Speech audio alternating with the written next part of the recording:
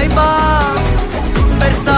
பில்ல ஃப்ரெண்ட்ஸா நெஞ்சதில்ல லவ்ஸா மட்டும் சொன்ன ஹைப்பா இப்போ சலம்பல அடியே